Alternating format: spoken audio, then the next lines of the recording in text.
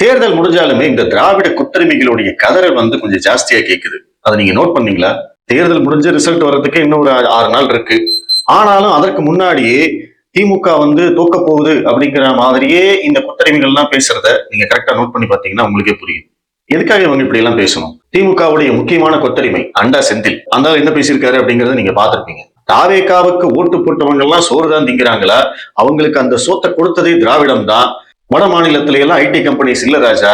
உங்க விஜய் செங்கவையோடையும் சிம்ரானோடையும் டூயட் பாடிட்டு இருந்த போது அங்க கலைஞர் கணினி யுகத்துக்காக திட்டம் திட்டிக் கொண்டிருந்தார் அப்படின்லாம் பேசி ஒரு வீடியோ போட்டிருக்கான். சரிடா, எதுக்குடா இப்படி கதறான்னு கேட்டா பதில் இல்ல. அந்த வீடியோவுக்காக அவரை போட்டு சாத்துன்னு சாத்திட்டு இருக்காங்க. நம்மளும் அதற்கு பதிலடியா கொடுத்திருக்கோம். இன்னொரு பக்கம் டிவி டிபேட்ல எல்லாம் பாத்தீங்க அப்படின்னா விஜய்க்கு எதுவுமே கிடைக்காது. விஜய் பெருசா ஓட்டு வாங்க போறது இல்ல. விஜய் பிரிக்க போறதே அதிமுக வாக்குகளைத்தான். அதற்கு திமுகவுக்கு சம்பந்தமே கிடையாதுங்க. திமுக பாத்தீங்கன்னா 150 சீட்டு 160 சீட்டு ஜெயிக்க போகுது அப்படின்னு கான்பிடென்டா பேசுற மாதிரியே உள்ளுக்குள்ள உதறலோடையே பேசிக்கிட்டு இருக்காங்க. டிவி டிபேட்ல அப்படி பேசக்கூடிய ஆட்கள் அவங்க தனியா வீடியோ போடுற போதோ இல்ல வேற சேனல்ல பேட்டி கொடுக்கிற போதோ அப்படியே வேற மாதிரி பேசுறாங்க. அதுல முக்கியமான நபர் யாருன்னா இந்த ஜீவா டுடே அப்படின்னு சொல்லிட்டு ஜீவ சகாப்தன் ஒரு பத்திரிகையாளர்ங்கிற பேர்ல இருப்பான் இல்லையா, அவனும் பாத்தீங்கன்னா திமுகவுடைய கொத்தரிமை தான், முழு நேர கொத்தரிமை. ஆனா பத்திரிகையாளர்னு மட்டும்தான் போட்டுக்குவாங்க, திமுக அப்படின்னு போட்டுக்க மாட்டாங்க. அது எனக்கு என்னவோ ரொம்ப நாளாவே ஒரு டவுட். இவங்க எல்லாம் திமுகவுக்கு ஆதரவு கொடுக்குறாங்க அப்படிங்கிறது வெட்ட வெளிச்சமா தெரியும். ஆனாலும் இவங்களை திமுக காரன் சொல்லிக்கிறதுக்கு ஏன் இவங்க எல்லாம் அசிங்கப்படுறாங்கன்னு தெரியல. அதாவது தன்னை திமுக காரன் சொல்லிக்கிறதுல இவங்களுக்கு எல்லாம் ரொம்ப அவமானமாவோ அசிங்கமாவோ ஃபீல் பண்றாங்களோ அப்படிங்கிற ஒரு சந்தேகம் இருக்கு. இந்த செந்தில்வேலு, ஜீவ சகாப்தம், இன்னும் நிறைய பேர் இருக்காங்க. இவங்க எல்லாம் பாத்தீங்கன்னா திமுகவுக்கு ஆதரவாகத்தான் பேசுவாங்க. அதிமுகவுக்கு, பாஜகவுக்கு, தாவேகாவுக்கு, நாம் தமிழருக்கு எதிராக மட்டும்தான் பேசுவாங்க. ஆனா இவங்களுடைய பேர் என்னன்னு பாத்தீங்கன்னா பத்திரிகையாளர். சரிடா, திமுக காரன்னு போட்டுக்கோய, அதுல என்ன அசிங்கம் உனக்கு? அதை சொல்றது கூட அசிங்கமா இருக்கு அப்படின்னா அப்புறம் எதுக்கு திமுகவுக்கு சப்போர்ட் பண்ணி பேசுற அப்படிங்கிற அந்த கேள்வியை நான் மட்டும் இல்ல நிறைய மக்களே கேட்டுட்டு இருக்காங்க. இந்த மாதிரி பேர் போடுறதுக்காகவே டிவி சேனல்களுக்கு உதவ வந்துகிட்டு இருக்கு. பாஜக இவிஎம் மூலமாகத்தான் அதிக ஓட்டு போட்டு ஒரு டிஃபால்ட்டா பிஜேபி ஜெயிக்கிற மாதிரி, தாமரை ஜெயிக்கிற மாதிரி எல்லாம் பண்ணிட்டு இருக்காங்கிற விமர்சனத்தை நான் வைக்கல, இப்போ வைக்கல. கடந்த மக்களவை தேர்தல இருந்து இது நடக்குது. 12 மணிக்கு அப்புறம் மாறுது, 3 மணி 4 மணிக்கு அப்புறம் அப்படியே ரிசல்ட் நிக்குது. திடீர்னு 5 to 6 போலிங். அந்த வீடியோல அவர் ஒரு எச்சரிக்கை கொடுத்திருக்காரு. பிஜேபி பாத்தீங்கன்னா இவிஎம் மிஷின்ல மோசடி பண்ணிடுவாங்க. ஏற்கனவே அந்த மாதிரி பண்ணித்தான் நிறைய ஜெயிச்சிருக்காங்க. வட மாநிலத்திலேயே அப்படி ஜெயிச்சிருக்காங்க. ராகுல் காந்தி கூட ஆதாரத்தோட ப்ரூவ் பண்ணியிருந்தாரு. ராகுல் காந்தி என்ன ஆதாரத்தை கொடுத்தாரு, இவனுக்கு எதை பத்தி பேசிட்டு இருக்காங்கன்னு ஏதாவது சம்பந்தம் இருக்கா? ஆனாலும் பேசுவாங்க. அதாவது பிஜேபி என்ன செய்ய போகுதாமா, விஜய்க்கு கூடுதல் சீட்டு ஜெயிக்கிற மாதிரி செட் பண்ண போறாங்களாமா. அதன் மூலமாக அதிமுகவுக்கு கொஞ்சம் சீட்டு, விஜய்க்கு கொஞ்சம் சீட்டு, பாஜகவுக்கு கொஞ்சம் சீட்டு, இதெல்லாம் சேர்த்து ஒரு கூட்டணி ஆட்சி மாதிரி கொண்டு அதை பாஜக மேல இருந்து ஆப்ரேட் பண்ண போறாங்க அப்படிங்கிற மாதிரி ஒரு வீடியோ பேசி வச்சிருக்காரு. அதெல்லாம் பாக்குறது கூட ஒர்த் இல்லைன்னு வச்சுக்கோங்களேன். ஆனாலும் இங்க நான் சொல்லக்கூடியது என்ன அப்படின்னா, இவங்க ஏன் இதெல்லாம் பேசுறாங்க, இப்ப ஏன் இதெல்லாம் பேசுறாங்க அப்படிங்கிற கேள்விக்கு மிக முக்கியமா நீங்க பதில் தெரிஞ்சுக்கணும். இதற்கு பின்னாடி இருக்கக்கூடிய ஒரு நுணுக்கமான அரசியல் இருக்கு. அதற்கு ஒரு உதாரணம் சொல்றேன் கேளுங்க. 2024 பாராளுமன்ற தேர்தல் முடிஞ்சது இல்லையா? கோயம்புத்தூர் தொகுதியில அண்ணாமலை அவர்கள் போட்டிட்டார். அந்த தேர்தல் முடிஞ்ச உடனே வாக்கு எண்ணிக்கைக்கு கொஞ்சம் நாளாகும். ஏன்னா நம்மளுடைய தேர்தல் பாத்தீங்கன்னா முதல் கட்டத்திலேயே வந்தது. அதற்கு பிறகு ஒரு 4-5 கட்டங்கள் தேர்தல் நடந்துதான் வாக்கு எண்ணிக்கை நடக்கும். அந்த தேர்தல் முடிஞ்ச உடனே திமுகவை சேர்ந்த சரவணன், வெறும் சரவணன் சொன்னா உங்களுக்கு புரியாது, மெல்டிங் பாயிண்ட் சரவணன் சொன்னா உங்களுக்கு உடனே புரியும். டக்குன்னு தெரியுது இல்லையா? அந்த மெல்டிங் பாயிண்ட் சரவணன் அவர் என்ன பண்றாரு, தேர்தல் அலுவலர்கிட்ட போயிட்டு ஒரு புகார் கொடுக்கிறாரு. அந்த புகார்ல என்ன இருக்கு அப்படின்னா, கோவை தொகுதியில போட்டியிட்ட அண்ணாமலை அவர்கள் வாக்காளர்களுக்கு பணம் கொடுத்திருக்காரு, அதுவும் ஜிபே மூலமா கொடுத்திருக்காரு அப்படின்னு சொல்லி ஒரு புகார். எவ்வளவு வேடிக்கையான புகார் பாருங்க. பணம் கொடுக்கறது கேஷா கொடுத்தா தான் யாராலையும் பிடிக்க முடியாது, யாராலையும் கண்டுபிடிக்க முடியாது. ஆனா இந்த திமுக காரன், இவன் ஒரு வக்கீல், இவன் போய் எப்படி புகார் கொடுக்கறான், அண்ணாமலை ஜிபே மூலமா கொடுத்துட்டாரு அப்படின்னு ஒரு புகார் கொடுக்கறான். அதுக்கு எந்த ஆதாரமும் கிடையாது. ஆனா புகார் கொடுக்கறான். உடனே அது டிவில நியூஸ் ஆகுது. அவனே பேட்டி கொடுக்கறான். பாருங்க அண்ணாமலை இப்படி எல்லாம் பண்ணியிருக்காரு அப்படின்னு ஒரு பேட்டியை கொடுத்துட்டு அதோட அன்னைக்கு அந்த நியூஸ் முடிஞ்சு. ஏன் இதை செய்யணும்? எதற்காக அண்ணாமலை மேல இப்படி ஒரு கம்ப்ளைண்ட கொடுக்கணும், புகாரை பதிவு பண்ணி வைக்கணும் அப்படின்னா அங்கதான் திமுகவுடைய ஒரு புத்திசாலித்தனம் இருக்கு.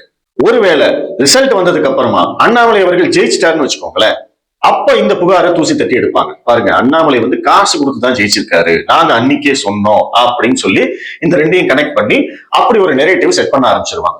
ஆனா ரிசல்ட் வந்ததுக்கு அப்புறம் பாத்தீங்கன்னா அண்ணாமலை அவர்கள் தோத்துட்டாரு, இந்த புகாரம் அப்படியே போயிடுச்சு. அப்ப இந்த புகாரை பத்தி பேச மாட்டாங்க. ஏன்னா அவர் தான் தோத்துட்டாரு. அப்ப வந்து அவர் பணம் கொடுத்தாரு கொடுக்கல அப்படிங்கறத பத்தி எல்லாம் பேசி என்ன பிரயோஜனம், அதனால அதை அப்படியே விட்டுருவாங்க.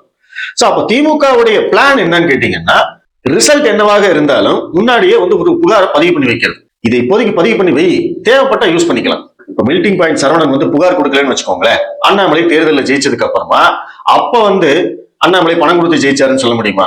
இப்ப நம்ம எல்லாரும் கேட்போம் இல்ல, ஏன்னா தேர்தல் எப்ப முடிஞ்சது அப்பவே உடனே சொல்லாம இப்ப தோத்ததுக்கு அப்புறம் வந்து சொல்றியா அப்படின்னு காரணம் கேட்போம்ல. அதைத்தான் அவங்க யோசிச்சு என்ன பண்றாங்க, முன்னாடியே வந்து ஒரு போலியான ஒரு பொய்யான புகாரை பதிவு செய்து வைக்கிறார்கள். அதுக்கு எந்த ஆதாரமும் இல்லை, எதுவுமே இல்லை. நாளைக்கு தேவைப்பட்டதுன்னா அந்த புகாரை எடுத்து இவங்க பயன்படுத்திக்குவாங்க. இதுதான் அவங்களுடைய பர்ஃபெக்ட் பிளான். சும்மா போட்டு வை, பாத்துக்கலாம், தேவைப்பட்டா யூஸ் பண்ணிக்கலாம் அப்படிங்கிற மாதிரி. கிட்டத்தட்ட அதே தான் இந்த ஜீவ சகாப்தம் பண்ணியிருக்காரு. இப்ப வந்து ஒரு கான்ஸ்பிரசி தியரியை அப்படியே பரவ விடுறாங்க. பிஜேபி வந்து இந்த மாதிரி செஞ்சாலும் செய்யும், இவிஎம்ல அவங்க மோசடி செய்வாங்க, விஜய்க்கு வந்து கூடுதல் சீட்டு கிடைக்கிற மாதிரி அவங்க பண்ண போறாங்க, ஏன்னா அது வந்து அதுதான் பிஜேபியோடைய கேம் பிளான், இப்படி எல்லாம் சொல்லி வைக்கிறாங்களா. இப்ப நாளைக்கு ரிசல்ட் வருது. ரிசல்ட்ல என்ன வருது? அதிமுகவுக்கு பெரும்பான்மை கிடைக்கல, விஜய் சில தொகுதிகளை வெற்றி பெறுகிறார், திமுக தோற்கிறது, திமுகவுக்கு ஆட்சி அமைக்கும் தகுதி இல்லை, அந்த மாதிரி வருது அப்படின்னு வச்சுக்கோங்களேன். அப்ப வந்து இந்த வீடியோவை எடுத்துட்டு வருவாங்க. பாத்தீங்களா, நான் அன்னைக்கே சொன்னேன், விஜய்க்கு சீட்டு கிடைக்கிறதுக்கு காரணம் பிஜேபி செஞ்ச அந்த இவிஎம் மோசடி. அதிமுக பாத்தீங்களா மெஜாரிட்டி வரல, பிஜேபினாலதான் வந்து விஜய்க்கு இவ்வளவு சீட்டு கிடைச்சிருக்கு அப்படின்னு ஒரு நெரேட்டிவா பிக்ஸ் பண்ணுவாங்க. சோ இதற்குத்தான் ஜீவசகாப்தம் என்ன பண்றாரு, இப்பவே வந்து துண்டை போட்டு வைக்கிறார், இப்பவே வந்து ஒரு பொய்யான குற்றச்சாட்டை பதிவு பண்ணி வைக்கிறார். இது நடந்தது அப்படின்னா பாருங்க, நான் அன்னைக்கே சொன்னேன் அப்படின்னு சொல்லிக்கலாம். இவங்க வந்து ஏதோ ஒண்ணு பதிவு பண்ணி வச்சுட்டே இருப்பாங்க, அது போலியான குற்றச்சாட்டா தான் இருக்கும். ஆனா அந்த ரிசல்ட் வரும்போது அதை இதையும் கரெக்ட் பண்ணி பாத்தீங்களா நான் அன்னைக்கே சொன்னேன் அப்படிங்கிற மாதிரி. ஏன்னா அந்த மாதிரி சொல்ற போது அதனுடைய நம்பகத்தன்மை அதிகரிக்கிறது. அதை பாக்குறவங்க என்ன நினைப்பாங்க, ஓஹோ இப்படியும் இருக்குமோ, இந்த ஆள் முன்னாடியே சொல்லியிருக்காரியா, பாரியா எப்படி இவர் கரெக்டா சொன்னாரு அப்படிங்கிற மாதிரியான அந்த சந்தேகத்தை மக்கள் மனசுல விதைச்சு, அந்த பார்வையாளர்கள் மனசுல விதைச்சு, இது வந்து உண்மைதான் அப்படின்னு கொண்டு போய் சேர்க்கிற வித்தை இதுதான்.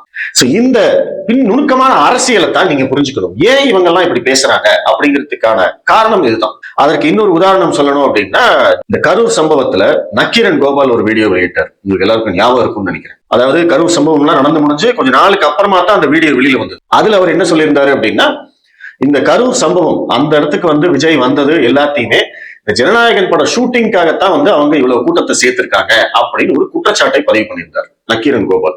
அதை உடனே திமுக காரங்கள்லாம் எடுத்து பாருங்க, ஷூட்டிங்காக இத்தனை பேரை கொலை பண்ணிட்டான் அப்படிங்கிற மாதிரி விஜய் மேல பயங்கரமா வந்து பேசினாங்க. விஜய் எதிர்க்கக்கூடிய அத்தனை பேருமே இந்த தேரியை வந்து முன் வச்சாங்க.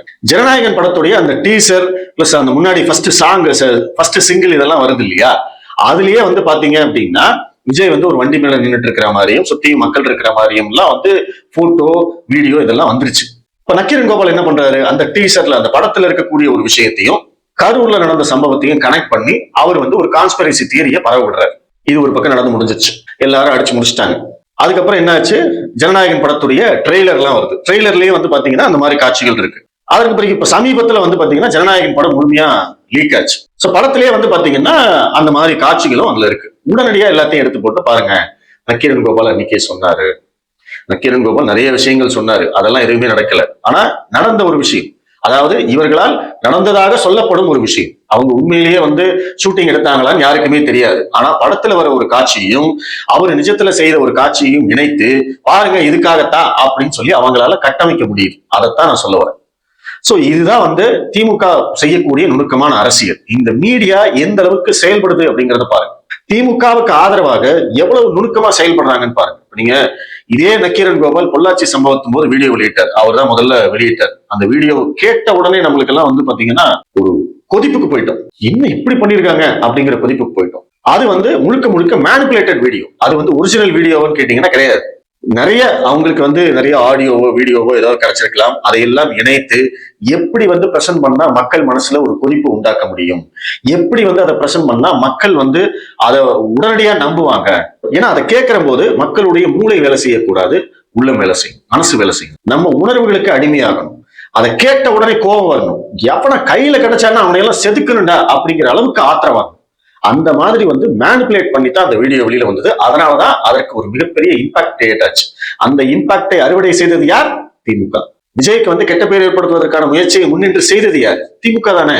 அதிமுகவா பாஜகவா அந்த மாதிரி ஏதாவது செஞ்சாங்களா? விஜய்க்கு எதிர்த்து பேசிட்டே இருந்தாங்களா? விஜய் சொல்றதுக்கெல்லாம் வந்து பதில் சொல்லிட்டு இருந்தாங்களா? எதுவுமே கிடையாது. ஏன் விஜயை வந்து திமுக மட்டும் இந்த அளவுக்கு எதிர்க்கணும்? ஏன்னா அவங்களுக்கு தெரியும் விஜய்னால திமுகவுக்கு நஷ்டம் அப்படிங்கிறது அவங்களுக்கு தெரியும். ஏன்னா விஜய் குறிவைப்பது சிறுபான்மையினர் வாக்குகளை. சோ அப்ப அந்த இடத்துல விஜயுடைய அந்த ரெப்புடேஷனை கெடுக்கணும். விஜய்க்கு இருக்கக்கூடிய அந்த வாக்கு சதவீதத்தை உடைக்கணும். விஜய் பக்கம் யாரும் போகாம பாத்துக்கணும். சோ அந்த அளவுக்கு வந்து இவங்க ஒரு பிரச்சாரத்தை பண்றாங்க. சோ இதெல்லாம் வந்து நம்ம கண்ணு முன்னாடி நடந்த விஷயங்கள். ஆனா ஏன் நடக்குது, எதுக்கு நடக்குது அப்படிங்கிறது நமக்கு நடக்கிற போது தெரியாது. ஆனா இப்ப நீங்க பின்னோக்கி போய் ஒவ்வொரு விஷயமா நீங்க கனெக்ட் பண்ணி பாத்தீங்க அப்படின்னா இங்க இருக்கக்கூடிய அந்த ஈகோ சிஸ்டம் எப்படி செயல்படுது அப்படிங்கிறது உங்களுக்கு தெரியும்.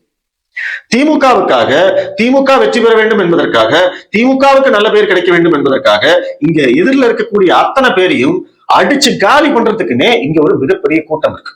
அதுதான் நான் அந்த ஈகோ சிஸ்டம்னு சொல்றேன். இவங்களுடைய வேலை என்ன? திமுகவை அப்படியே புகழ்ந்து தள்ளி உச்சத்துல கொண்டு போய் நிறுத்துவாங்க. எதிரில் இருக்கிற அத்தனை பேரையும் அசிங்கமா பேசி, அருவருப்பா பேசி, அவங்க மேல பொய் குற்றச்சாட்டுகள் சொல்லி, போலியான தகவல்களை பரப்பி, அவங்க எல்லாத்தையும் அழிச்சு ஒழிக்கிற வேலையை பார்க்கறது தான் இந்த ஈகோ சிஸ்டம். அதை வந்து எப்படி சிஸ்டமேட்டிக்கா பண்றாங்க அப்படிங்கறத பாருங்க. அந்த ஈகோ சிஸ்டத்துல ஒருத்தரா இப்ப சமீபத்துல மாறி இருக்கிறவர் தான் ஜேம்ஸ் வசந்த், இசையமைப்பாளர். அவருடைய வீடியோக்களையும் நீங்க பார்த்திருப்பீங்க. அவர் திடீர்னு எப்படி வந்து விஜயை கடுமையாக தாக்கி பேசுகிறார் அப்படிங்கறது எல்லாமே நீங்க பார்த்திருப்பீங்க. விஜயுடைய ரசிகர்கள், விஜயுடைய கட்சி தொண்டர்கள் அவங்களை எல்லாம் கூப்பிட்டு வச்சு ஒரு ப்ரோக்ராம் பண்றாங்க. அதை வந்து ஜேம்ஸ் வசந்தன் வந்து அவங்களுக்கு எதிராக பேசுறாரு. அவங்களையெல்லாம் வந்து புத்திமதி சொல்லி திருத்துற மாதிரி வந்து ஒரு செட்டப். அவங்க உண்மையிலேயே ரசிகர்களா அப்படின்னு எனக்கு தெரியாது. அந்த ப்ரோக்ராம் யார் ஆர்கனைஸ் பண்ணாங்க அப்படிங்கறதெல்லாம் நமக்கு தெரியல. ஆனா அதை பார்க்கக்கூடிய மக்களுக்கு என்ன மெசேஜ் போய் சேரும்? அவர் வந்து அந்த இடத்துல திமுகவை டிஃபெண்ட் பண்றாரு, வாரிசு அரசியலை டிஃபெண்ட் பண்றாரு, திமுகவால் தான் நல்லாட்சி கொடுக்க முடியும் அப்படிங்கறத டிஃபெண்ட் பண்றாரு, பாஜகவை விமர்சிச்சு பேசுறாரு. அதே சமயம் தாவேகா அந்த தொண்டர்கள் வந்து விஜய்க்கு ஓட்டு போடக்கூடாது, அவங்க எல்லாம் இந்த பக்கம் தான் வரணும், இதுதான் கரெக்ட் அப்படிங்கிறத அந்த அவங்க மூலமா மக்கள்கிட்ட கொண்டு போய் சேர்க்கிறாரு.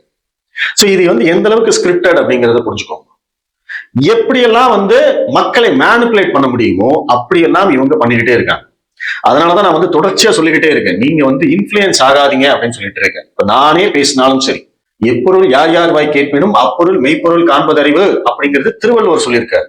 இந்த திருட்டு திராவிட கூட்டம் சொல்லிட்டு இருக்கிற மாதிரி பெரியார் சொன்னது கிடையாது. இது வந்து திருக்குறள்ல இருக்கிறது, திருவள்ளுவர் சொன்னது. அந்த திருக்குறளை எப்பவுமே ஞாபகத்துல வச்சுக்கோங்க. யார் என்ன சொன்னாலும் இதுக்கு பின்னாடி என்ன இருக்கு, ஏன் இவன் இதை சொல்றான், எதுக்காக இவன் இதை சொல்றான், அப்புறம் அவன் சொன்னது நடந்ததா இல்லையா, அன்னைக்கு அவன் வேற மாதிரி சொன்னானே இன்னைக்கு வேற மாதிரி நடக்குது, இது எல்லாம் நீங்க அந்த டாட்ஸை எல்லாம் கனெக்ட் பண்ணி பாத்தீங்கன்னா தான் உங்களுக்கு முழுமையான பிக்சர் கிடைக்கும். ஆனா அதையெல்லாம் நம்ம பண்றதே இல்லை. பண்ண முடியாத அளவுக்கு இவங்க திரும்ப திரும்ப நம்மளை அடிச்சுக்கிட்டே இருக்காங்க. இந்த சென்ஸ் அடுத்தடுத்து அந்த கான்ஸ்பிரசி தியரிகளை சொல்லி சொல்லி அடுத்தடுத்து வந்து ஒரு போலியான குற்றச்சாட்டுகளை வச்சு நம்மளை எல்லாம் மடைமாத்திக்கிட்டே இருக்காங்க.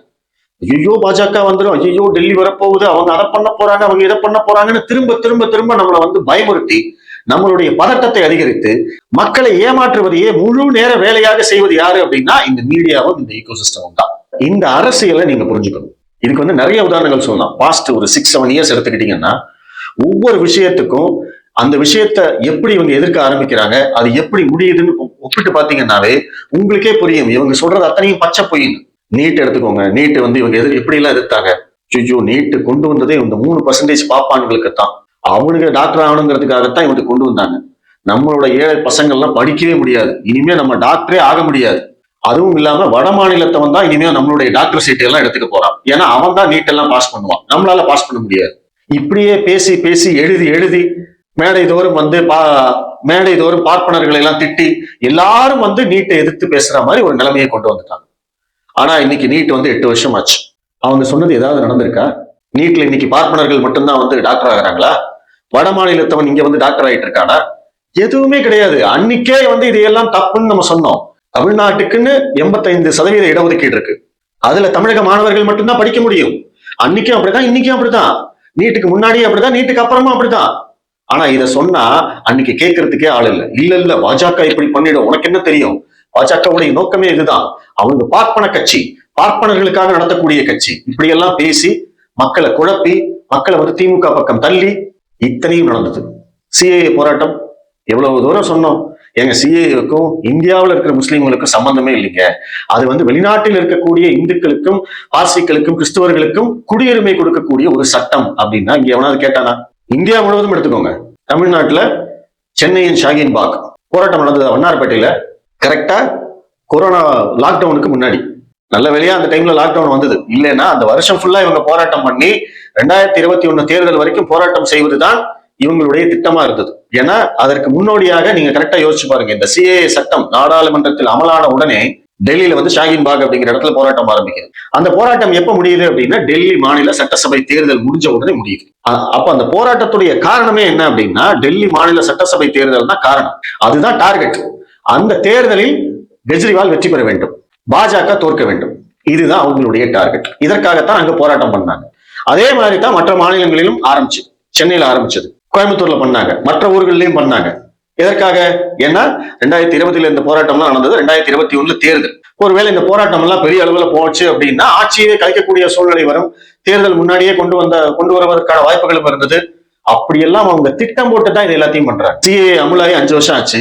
எந்த இந்திய முஸ்லீம்கள் இன்னைக்கு வந்து பாதிக்கப்பட்டாங்க? யாராவது சொல்றாங்களா? யாராவது அதை பத்தி பேசுறாங்களா? அன்னைக்கு என்னவெல்லாம் பேசினாங்க? விவசாயிகள் சட்டம். இப்ப எஸ்ஐஆர் 3 மாசத்துக்கு முன்னாடி எஸ்ஐஆர் கொண்டு வந்த போது ஸ்டாலின் என்ன பேசினார்? எஸ்ஐஆர் கொண்டு வருவதற்கு காரணமே தமிழகத்தின் வாக்காளர்களை நீக்குவதற்காகத்தான், வடமாநில வாக்காளர்களை சேர்ப்பதற்காகத்தான். பெண்கள், சிறுபான்மையினர்கள், தலித் மக்கள் இவங்களுடைய வாக்குகள் அனைத்தையும் நீக்குவதற்காகத்தான் எஸ்ஐஆர் கொண்டு வரப்பட்டது அப்படின்னு ஓப்பனா சொன்னாரு. சட்டமன்றத்தில் தீர்மானம் நிறைவேற்றினாரு. என்னாச்சு? அன்னைக்கு எஸ்ஐஆர் பத்தி இந்த ஈகோ சிஸ்டம் என்ன பேசினா, எப்படி வந்து நமக்குள்ள வந்து அந்த பதட்டத்தை விதைச்சாங்க, எல்லாத்தையும் நீங்க பின்னோக்கி பாருங்க, கனெக்ட் பண்ணி பாருங்க. அதுக்கப்புறம் எஸ்ஐஆர் முடிஞ்சு ஃபர்ஸ்ட் டிராஃப்ட் வந்து ஃபைனல் டிராஃப்ட் வந்து கிட்டத்தட்ட 60 லட்சம் வாக்காளர்களை நீக்கி 22 லட்சம் வாக்காளர்கள் புதிதாக சேர்த்து வாக்காளர் பட்டியல் வெளியிட்டு தேர்தல் நடந்து முடிஞ்சாச்சு. இன்னைக்கு எஸ்ஐஆர் பத்தி எவனாவது பேசுறானா? அப்ப அன்னைக்கு நீங்க சொன்னதெல்லாம் பொய். இன்னைக்கு இந்த தேதிக்கு உங்களை மேனிபுலேட் பண்ணணும், இன்னைக்கு இந்த தேதிக்கு உங்களை பயமுறுத்தணும், இன்னைக்கு இந்த தேதியில பாஜக மேல உங்களுக்கு வெறுப்பு வரணும், அவ்வளவுதான். இன்னைக்கு என்ன பிரச்சனை இருக்கு? அந்த பிரச்சனையை கையில் எடு, அதை பத்தின பொய்யா பேசு, அதை பத்தி விவாதம் நடத்து, அந்த விவாதத்திலையும் பொய்யா பேசு, தொடர்ச்சியா மக்களை பயமுறுத்திட்டே இரு. ஒரு கட்டத்துல இந்த பிரச்சனை முடிஞ்ச உடனே அடுத்த பிரச்சனை வரும், அதை எடுத்து மறுபடியும் பயமுறுத்தும். இதுதானே நடந்துகிட்டு இருக்கீங்க. நீட்டு, சிஏஏ, விவசாயிகள் சட்டம், இந்தி திணிப்பு, டீலிமிட்டேஷன்ல என்ன பிரச்சனை? 1.5 வருஷமா ஸ்டாலின் வந்து என்ன கேட்டாரோ அதைத்தான் மோடி செஞ்சார். 1.5 வருஷமா ஸ்டாலின் என்ன கேட்டாரு? தமிழகத்திற்கு தொகுதிகள் குறையக்கூடாது, இப்போது இருக்கும் விகிதாச்சாரம் அப்படியே தொடர வேண்டும். ரெண்டையும் செஞ்சு கொடுத்திருக்காங்களே. ஆனாலும் அதையே எதிர்த்தாங்க. ஏன்னா தேர்தல் சமயம் பாஜக கொண்டு வரும் அந்த மசோதாவை ஏற்றுக்கொண்டால் அது பாஜகவுடைய வெற்றியாக பார்க்கப்படும். அங்க பாஜக எதிர்ப்பு மனநிலையை நீங்க விதைச்சு வச்சிருக்கீங்களா, அப்புறம் அதுக்கு என்ன ஆகும்? அதனால மறுபடியும் பொய்யை சொல்லி ஏமாற்றி ஐயோ குறைக்க போறாங்க, வட மாநிலம் மட்டும்தான் வந்து வாழப்போகுது, நம்மளுக்கு தொகுதியை குறைக்க போறாங்கன்னு மேடை தோறும் பொய்ய பேசி, பிரச்சாரத்துல பொய்ய பேசி, விவாதத்துல பொய்ய பேசி, என்ன சொன்னாலும் ஒத்துக்க மாட்டோம் அப்படின்னு சொல்லி இந்த ஈகோ சிஸ்டம் தானே பண்ணாங்க. இன்னைக்கு அது வந்து பேசு பொருளா? 3 நாள் என்னவெல்லாம் நடந்தது இன்னைக்கு பேசு பொருளா அது? ஏன்? அப்போ இந்த திராவிட ஈகோ சிஸ்டம் அப்படிங்கிறது வந்து ரொம்ப ரொம்ப மோசமான ஒரு எல்லைக்கு போயிட்டாங்க. தே கிராஸ்ட் தேர் லிமிட்ஸ். அவங்க நினைச்சா என்ன வேணாலும் செய்ய முடியும் அப்படிங்கிற ரேஞ்சில் அவங்க இருக்காங்க. இதற்காக வேணும் ஆட்சி மாற வேண்டும், எடப்பாடி பழனிசாமி வரணும். அவர் வந்து இந்த அரசியலை அவர் புரிந்து கொண்டு அதற்கேற்ற மாதிரி செயல்படுவாரு அப்படின்னு நான் நம்புறேன். ஏன்னா நான் முன்னாடியே சொன்ன மாதிரி 2021 முன்னாடி நீங்க பார்த்த எடப்பாடி பழனிசாமி வேற. ஒருவேளை அதிமுக ஜெயித்து மீண்டும் முதல்வர் ஆனால் நீங்க பார்க்க போற எடப்பாடி பழனிசாமி வேற. அதை நான் உறுதியா நம்புறேன். கண்டிப்பா அவருக்கு நிறைய விஷயங்கள் தெரிஞ்சிருக்கும். இந்த திமுகவுடைய இந்த குயுக்தி அரசியல், சூழ்ச்சி அரசியல் என்ன அப்படிங்கறத அவர் புரிஞ்சிருப்பாரு. இது எல்லாத்தையும் பெண்டு கழற்ற அளவுக்கு அவர் செயல்படணும் அப்படின்னு நான் ஆசைப்படுறேன். அதற்காக வேணும் இந்த ஆட்சி மாற வேண்டும். ஆனா மீண்டும் தப்பித்தவரை இவங்க வந்துட்டாங்க அப்படின்னா ஒண்ணும் பண்ண முடியாது. இவங்களுடைய ராஜ்யம் தான் நடக்கும். இன்னும் இந்த மாதிரி எத்தனையோ விஷயங்கள் இவங்க செய்வாங்க. ஆனா அப்பவும் இந்த உண்மை நிலை என்ன அப்படிங்கிறத சொல்றதுக்கு நம்மளுடைய வேலையை சரியா செஞ்சுக்கிட்டே இருப்போம். இது தொடர்பான உங்களுடைய கருத்துக்களை சொல்லுங்க. இந்த விஷயங்களை எல்லாம் நீங்க எப்படி பாத்தீங்க அப்படிங்கறத சொல்லுங்க. நம்ம தொடர்ச்சியா பேசுவோம். நன்றி.